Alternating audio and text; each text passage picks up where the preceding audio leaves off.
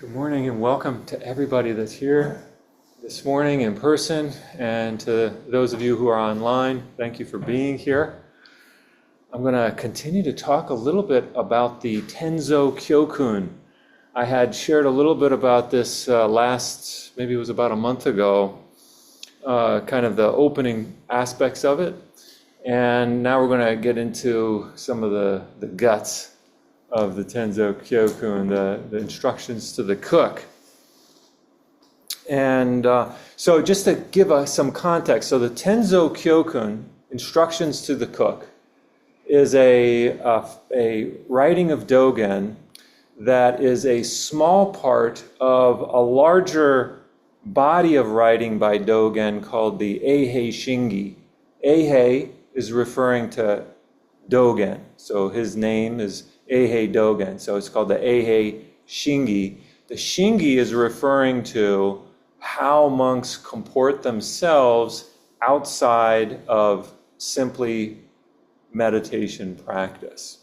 So there's all kinds of instructions for how to live an enlightened life, not just focusing on what we do when we're sitting on the cushion, but what we do when we're doing our life. And I think this Shingi, the Eihei Shingi, is very important. It's certainly important for monks. And if you read it as a layperson, you might think this is completely irrelevant for my life. Certain aspects of it anyways might appear to be irrelevant because he's talking mainly to monks. But to me, I think this spirit of the Shingi needs to be translated into our lay life as well, because it makes the bridge. What I see a lot of people struggle with is what their understanding of what encompasses practice. And practice, many of us, almost all of us, I think, myself included, came to practice to meditate. And then we struggle because we can't find the time to meditate. We're so busy. Or maybe we feel like we're not meditating enough. Well, the Shingi opens up the doorway for practice outside of simply meditation. And we start to see that everything we do is potentially part of the practice that what encompasses what makes Soto Zen. Who of us here doesn't spend some time every day in a kitchen, right? All of us are doing something in the kitchen, whether we are preparing food in some way, cooking it, or eating food. We're doing something in the kitchen every day. And so in the Tenzo Kyokun, the instructions for the cook, now this is a smaller writing that's encompassed in the Eihei Shingi. And it can give us some valuable insight on how to think about what practice looks like when we're in the kitchen. Right? So again, a lot of people want to know, like, how do I meditate? And that's well, you're doing it.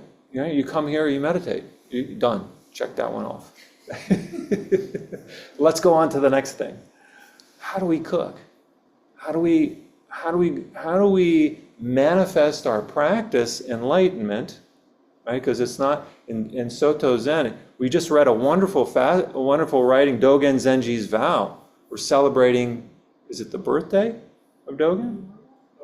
Memorial Day of Dogen, right? And what is he saying? That we in the future will be Buddhas and ancestors. Well, that's you and me. He's not talking about somebody else. He's talking about us. How do we do that? Well, let's get on the road to doing that. Right? We're all on that road to becoming Buddhas and ancestors. How do we actualize that in our everyday life? And to me, that's where there's a lot of life in this practice, and where you can apply the teachings of Zen in your life, right? In your life, right in your very kitchen. So this is how do we bring enlightenment? This is the title of this talk, if there's a title, Bringing Enlightenment into the Kitchen, right? And how do we do that into your kitchen? Dogen's talking about the monastery kitchen. That's who he's living with. None of us are living in a monastery, right? This is not a monastery, this is a temple. So there's a little bit difference between a training monastery where monks go to train versus a temple where it's more geared towards the local community of people who might come from various backgrounds. Some of you may consider yourselves Buddhists. Some of you may not consider yourselves Buddhists, maybe a different religion. That's all okay. We're serving the community here, and people want to learn how to meditate. Great. Now, how do we put that practice into our lives? And there's many ways to do that. One of those ways, so practical, is within our very kitchens. So Dogen gives a lot of instruction on how to make the kitchen your dojo. The dojo, right? We call this the Zen Do. Do meaning the practice place, the place to practice Zen. Dojo is the place to practice the way. So making your dojo your kitchen, transforming your kitchen into your temple. Right? So there's a lot of things that he gives as suggestions for how to do that. So we're talking about orienting our lives such that we make the kitchen place a place for our practice. We make the kitchen our temple.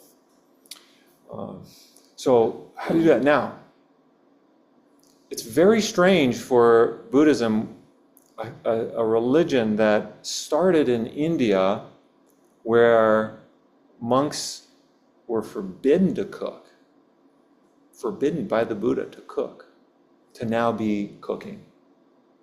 This was a big problem I imagine it must have been a big problem when Buddhism went from India to China and then in other parts of Asia.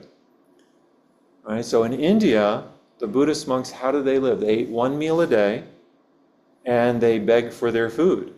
That was what happened in India, and that still happens today in some countries where the monks don't cook and they're forbidden from using utensils to cook their own food. That's part of their practice. Something big must have happened to go from that kind of a way of life for these monks to now working in kitchens. Something big must have happened. And this is part of what happened, part of the result of Buddhism going from India into China some 2,000 years ago. Because the Chinese people had a different way of thinking. They already had their own indigenous religions, Confucianism and Taoism, and those religions deeply influence Buddhism when it enters into China. And they didn't have this idea that it's okay for a certain segment of the population not to work. So there's a clash in worldviews occurring.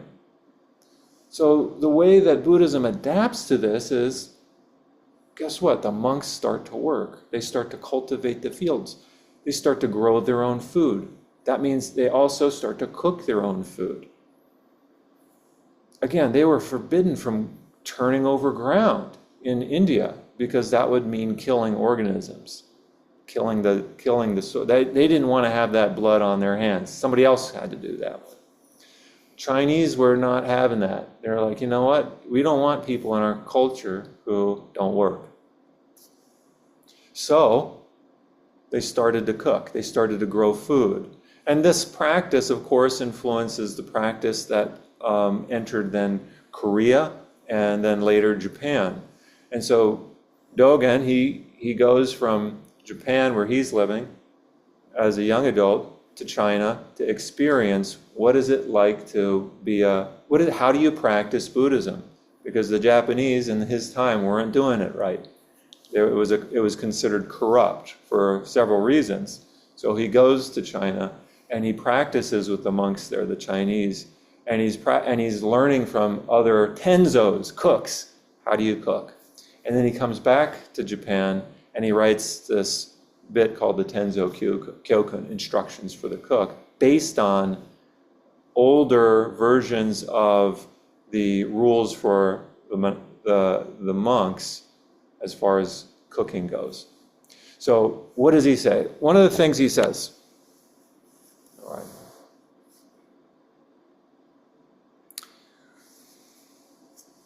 I want to separate the Tenzo Kyokun into two things. One is what to do, right? There's instructions on what to do. There's very clear, concrete instructions on what to do. And I want to get into those maybe in another talk. But the other thing that he talks about is how to do it. And I think this is probably even more important than what to do, is the how we do it. How we cook when we're in the kitchen. So Dogen Zenji says, you must put to work the mind of the way, offering appropriate variety in the food served so that the community can feel satisfied and at ease. So I want to dive a little bit into this one sentence.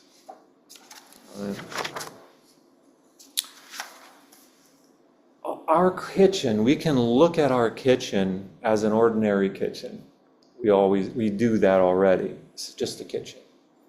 Or we can see our kitchen as the microcosm of the entire universe. That's a different orientation to our kitchen, right? Is our kitchen just one section of the house? Or is it a microcosm for the entire universe? I want to suggest we try it on. Like, look, when you enter into your kitchen at your home, consider your kitchen as the microcosm of the entire universe. The entire universe is in your kitchen. I remember when I came here to practice in 1999 with Nonan, and he said, he had me cooking in the kitchen, and he said, everything you need is right here.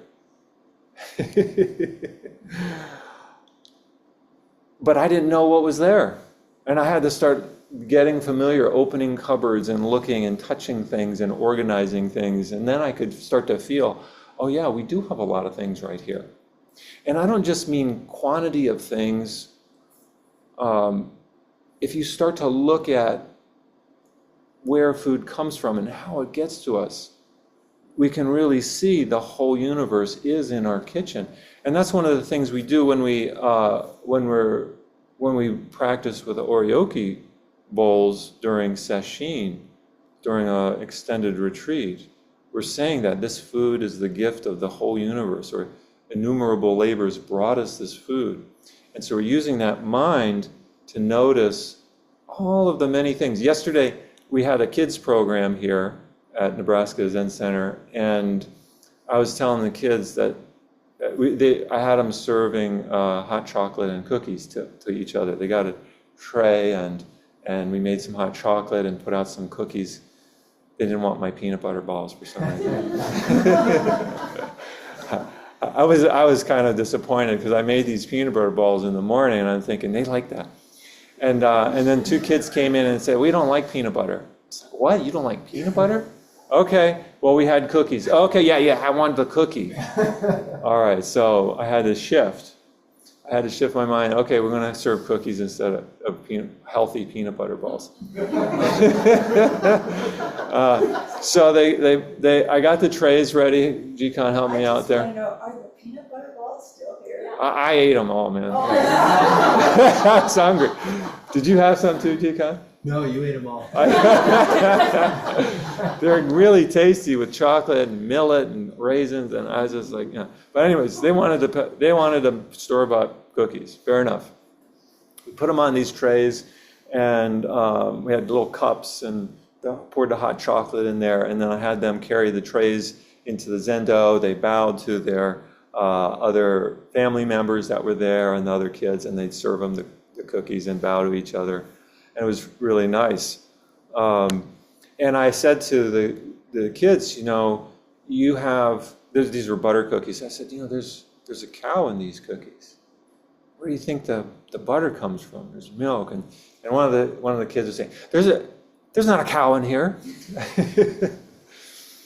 And I said, the whole universe is in your cookies. If you start to look, and started pointing out all of the things that had to happen for those cookies to get to where they are. The farmer, the transportation that got it there, and all that. And the one girl was really persistent. She's like, "There's not the whole universe in this cookie. It's just a cookie." I said, "That's true too." But I think our mind, we have a but we have this mindset where it's hard to see or acknowledge. Just like the little girl, she didn't want to acknowledge, like, you have to use some effort here to see everything in the universe right where you are. That's what practice is. That's what meditation is about too, by the way. That's what we're doing when we're sitting here. It's not us sitting, it's the whole universe that sits with us or through us. That's the teaching of what we call in Buddhism no self, anatta. No self sits. That's a very different experience. But, I think part of our struggle, part of our suffering stems from this solid idea of a self that's sitting, that's come to sit. I am here sitting, and we fixate our minds. We might understand what to do with our body physically, and that's important. But then there's the mind, and how do we see what we are? That's also an important piece of meditation. And so in the same way, we come into the kitchen, and our practice is to see that this kitchen is a mirror or a reflection of the entire cosmos. So that's one. That's one. This is the attitude we want to bring to our cooking, when we're cooking. And this, for those of you, I wasn't a cook before I started. I never considered myself a cook before I started practicing in a Zen temple. And then I was kind of thrown into the kitchen and asked to cook. And I suspect a lot of us, maybe some of you liked cooking more than I did when I was in my early 20s, but how many of you, I'm curious, how many of you actively cook? Oh, okay, so very good. Off and on. Okay, most of you here are active cooks. So this is something that you can bring into your own home, this kind of mindset. And if we see the kitchen, our kitchen, as a microcosm of the entire universe, this has deep implications for creating change in our world. Has deep implications. If the whole universe is within our kitchen, what we bring into our kitchen is going to change the world. It does change the world. It already changes the world. What we choose to cook changes the world, the whole world.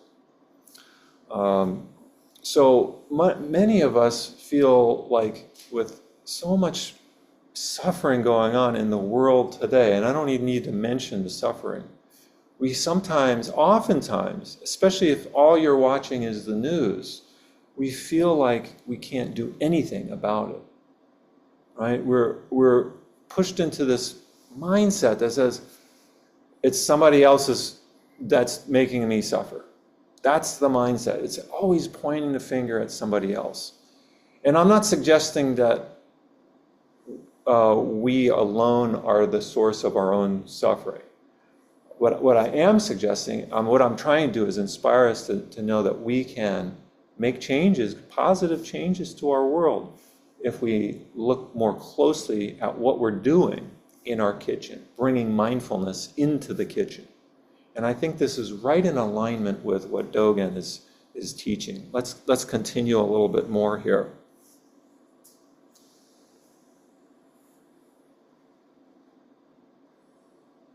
Right.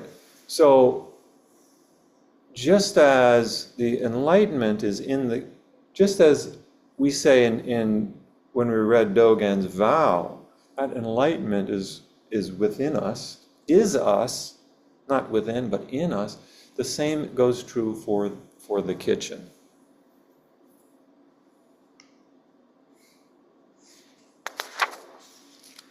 So here's the saying, here's what Dogen says. He says, you must put to work the mind of the way, offering appropriate variety in the food served so that the community can feel satisfied and at ease. So who's your community? If you want to practice this, certainly come for sesshin, come for an extended retreat, and you can serve the community here. But we can also translate this practice to whoever we're serving at home. You know, if you live with your children live with you, or your spouse, that's your community, right? So I want to focus on three things here. The words put to work, variety, appropriate variety, and then satisfied and at ease. Those three things, right? So to put to work, it's almost, you know, I don't know. This is a translation of Japanese, so I'm not sure how it sounds or comes across in Japanese, but it's interesting way of thinking of articulating something. He says, you must put to work the mind of the way. So the question is, when we enter the kitchen, you can ask yourself the question, do we put to work the mind of the way, right?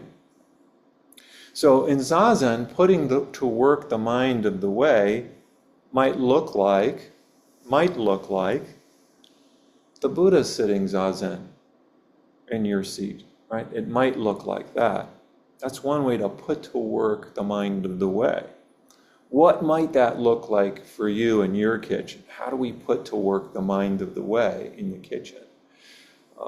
So there is a kind of a letting go right at the start of our own ego when we enter the kitchen. What does it mean to put to work? We're asking, in a sense, the powers of the universe to come in here and do some work for us. Put to work the mind of the way, right? How do we do that?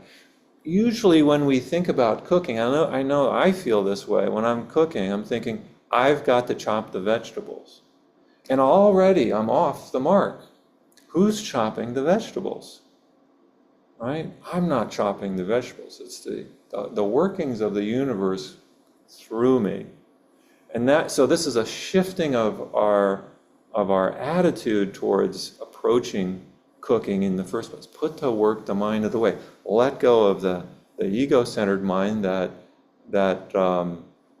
has picking and choosing going on, likes and dislikes, and see if we can, and that doesn't mean you won't get your needs met, but how do we let go of that mind and enter into the mind of the way, right?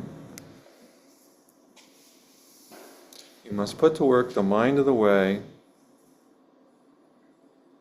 offering appropriate variety in the food. So this is another thing, appropriate variety. What does it mean to offer appropriate variety? And I think there's an urgency here for us today in offering appropriate variety. So how does it look to do that? We don't limit ourselves to the same old ingredients that we're always using.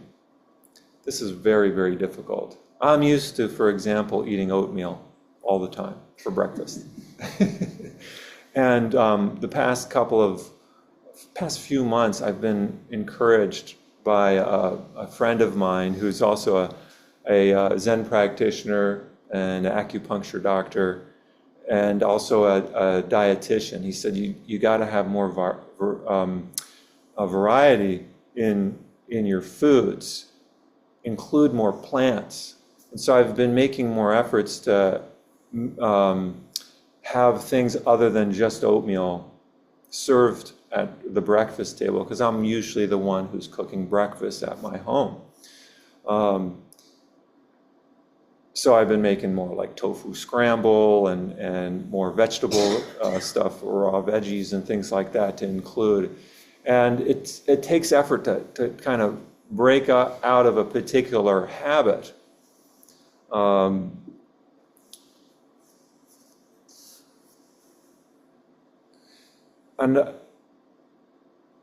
I was looking this morning on there was an article based in the Cleveland Clinic, so fairly reputable, on the importance of variety in foods. And the way they talk about this on that website is rotate your foods.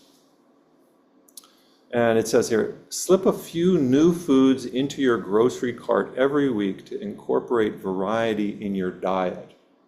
And then it gives a lot of reasons of why we should do that. But this is a simple, practical thing that we can think about. And this is, again, coming back to, this is how we bring enlightenment into the kitchen, that mindset. Variety. Dogen says, bring appropriate variety. How do we do that? Maybe try slipping in a few new foods in your grocery cart each week, right? So that's one thing. It says there's 4 things it mentions here. One, what are the benefits? You'll get more nutrients. When we eat the same things over and over again, we're reducing how much nutrients we're getting in our body. Think in terms of the rainbow, the different colors of the rainbow. My teacher would say, we eat with our eyes. And so having diversity in color on our plate, I don't care what it is that you're eating, if it's meat-based or plant-based, doesn't matter. But having that diversity in colors on your plate. Think in terms of the rainbow, red foods, orange foods, purple foods, green foods. They suggest half your plate should be filled with veggies and fruit. My friend that's a Zen practitioner and dietitian, he suggested 3/4 of our plate should be veggies and 1/4 protein. I found that helpful as a guideline personally, but I just put that out there. There's a lot of different ways, and I'm not a dietitian telling you guys what to do, but just to stimulate thinking about what makes up your food, your plate. And we tend, especially in Zen circles, to focus on the carbs. Especially if you're a vegetarian, we don't know how to cook vegetables. And so we put a lot of carbs, pastas and grains and things. And there's nothing wrong with pasta and grains. But again, coming back to this idea of appropriate variety and not limiting us to the same diet all of the time. Number 2, it says on this Cleveland Clinic website, you may live longer by doing this. So by eating a variety of foods, you lower your risk of mortality. The third thing is the reducing risk of metabolic syndrome. What is that referring to? Abdominal obesity, low HDL, that's the good cholesterol. So metabolic syndrome is referring to abdominal obesity, low good cholesterol, heart disease, diabetes, stroke. You reduce your risk of those things. And the fourth thing they mention is losing inches, so it's losing weight. They do mention that vegetarian and vegan diets have better biodiversity in gut bacteria, those who do that. Again, I'm not saying that you should limit yourself to a vegan or vegetarian diet, but keep in mind the diversity, the biodiversity, and think about your gut biome. You guys heard that phrase recently? I've been appreciating Jikan's kombucha mixture this weekend, because I know there's all kinds of beneficial bacteria in that drink that he's been making the 4 months that he's been here. And I'm drinking and I'm thinking all these little tiny bacteria are getting in there in my intestines and gut, and they're helping me out, right? And he gave me some the what is it called? The SCOBY last month, and I started my own brew of kombucha, and I'm looking forward to trying it out soon. I love making yogurt, you know. It's a fun process. You take the milk, heat it up, bring the temperature down, mix in a little yogurt starter, and let it sit and ferment. Miso, wonderful fermented food. And this miso, by the way, is used a lot in Japanese temple cooking. Miso soup is a big one. Kimchi, if you like spicy. And I like spicy. That's good stuff, right? So thinking about the microbiome and your own gut. It mentions also that this, diets high in the vegetables increases anti-inflammatory, anti-pathogenic effects. There's cardiovascular benefits. I'm very close with this kind of thinking just because my father had struggled with heart disease his whole life, for over 40 years. And his death certificate read that he died from heart disease. When he first started learning about heart disease, this was in the late 1980s. It wasn't really clear the connection between diet and heart health as much as it is, I think, today. But one of the things he said is in his reading and his research, because he was a big scientist, science-minded, and he said, Eric, it's the heart attacks are the cow's revenge. And as a result of that, we initially started eating less red meat. And then I went off to college shortly after that. I was 16 when he had his first, he had double bypass surgery, and it made a mark on me that continues to this day. And then the medicine started to kick in for my father, and it wasn't deemed necessary to change the diet. And I think that's where a lot of us kind of get stuck in this route of being over-medicated and not looking at changes that we can make. Again, this is the kitchen is a place for major change to take place in our society, in our culture. And eating healthier is one way we can impact our society, especially when we feel like there's nothing we can do. Start looking at how little, I don't think overhaul is the way to go, but little changes, like this article says, one new food or one or two new foods that you put in your grocery cart a week. That's a good way to start, and it's not overwhelming that we think, I got to completely change everything. I don't think that's the way to go. So I'd also suggest try one or two new recipes a week. Just open the recipe. There's something special to me, like when I'm discouraged, I don't want to cook. Something happens when I open up a recipe book, and then I start looking at the options here, and I think, I guess I could make that. That looks interesting. When I was at the Zen Center with my teacher, I was always bereft of ideas for cooking. I just didn't have any. And I suspect a lot of us might feel the same way if you don't really get into cooking or like cooking that much. Sam, by the way, those beans were fantastic this morning. Thank you so much. You made us a really nice, that was soybeans? Soybeans. Edamame, nice spicy stuff. So there was flavors I was getting in my gut. I was like, oh wow, thank you so much, Sam. Yeah.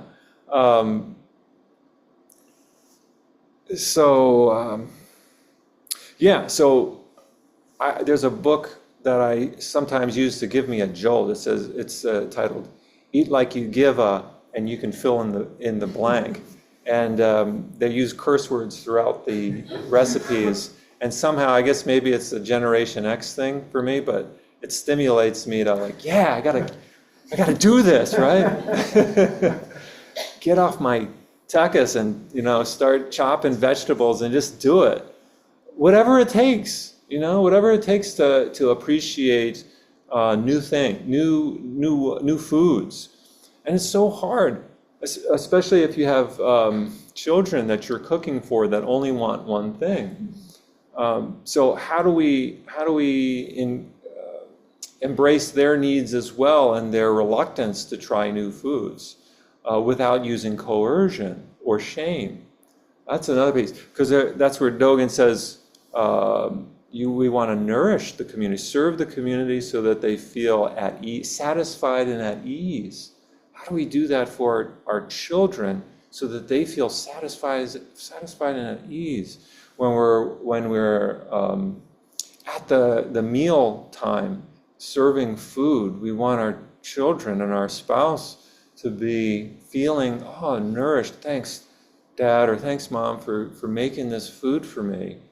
But I want to return here. So our kitchen reflects the universe. The lack of diversity at the microcosmic level reflects a lack of diversity at the macrocosmic level. Okay, micro, macro. Does that make sense? And so it's no surprise that we're surrounded here in the Midwest by monoculture, crops, corn and soy. That reflects a kind of mindset. And this is why I'm saying this is an urgent problem to think about the variety of foods. Dogen says, think about the variety of foods. It's an urgent problem for our individual health. It's an urgent problem for our ecological health. The universe selects, on an evolutionary way, for diversity. The universe selects for diversity. We want differences, right? In so many avenues. Biological diversity, for sure. There's people who are born male. There's people who are born female. There's people who are born with both genitals. That's diversity. That's not a problem. There's people that prefer same-sex marriages. There's people that prefer heterosexual, cisgender, right? This is diversity. We want diversity. That's what the universe selects for. Many ways of doing things, many ways of being on a biological level, on a social level, on an ecological level. There's many ways to do things. There's many ways to be. And that's what Dogen is affirming. He's affirming variety, right? And so I just want to point out here we have, one of the ways it's very challenging for a lot of farmers to change the way their farming practice. There's a lot of pressure to plant crops in a monoculture manner. And John Bakehouse is here and has been working with planting prairie strips in his farm, which is of great value. He was just sharing with me this morning how much he's delighting in seeing, was it the sandhill cranes that were spending time in his fields because he had those prairie strips planted in there, and how much he personally delighted in watching them play in his fields. They didn't nest, he said, but they were playing there. Would they have done that if it was just a cornfield? Probably not. And when we look out at the cornfields, they do have a beauty to them in their monoculture, but there's also something about the variety. The mind wants and seeks diversity, it seeks variety. And that's the same on an ecological level as well. So we are not, most of us here probably are not farmers, but we can change how we think in our own kitchens. And that's a beginning of making changes. So if you feel disheartened about the way things are in the world, and I know I listened to, I was listening to news sources today about the high levels of nitrates in the water in Iowa, where I'm from. And the sources of those are mainly from agriculture, from corn and overuse of nitrogens. but also from animal production. Again, here it is a monoculture of cows or pigs in one place, concentrated. What is the CAFO? A concentrated animal, what's the F? Feeding operation. So there's lacking that diversity. Think about traditional farms. You had cows, you got pigs, you had chickens. They were in occupying the same space, as opposed to now where there's a monoculture of also animals concentrated in one place. This creates health problems. The universe selects for diversity, not one thing. And so it can be very discouraging because these news sources don't tell you what you can do or how we can think differently. They point the problem at certain people or groups, and it's not saying that larger groups, lobbyists and politicians shouldn't be thinking about these things more deeply. It's not saying that. I'm not saying that. What I'm saying is that most of us don't get involved in that on that level, and therefore feel helpless as to what to do. What I'm suggesting is a change in our mental attitude, a change in our ethos, our way of thinking collectively as a culture, which is something that we can do. We can start thinking in terms of diversity, affirming diversity on many different levels, including in the kitchen. So, I will close with this poem here. The kitchen is the cauldron of enlightenment. Roy G. Biv on our plate. Roy G. Biv in our fields.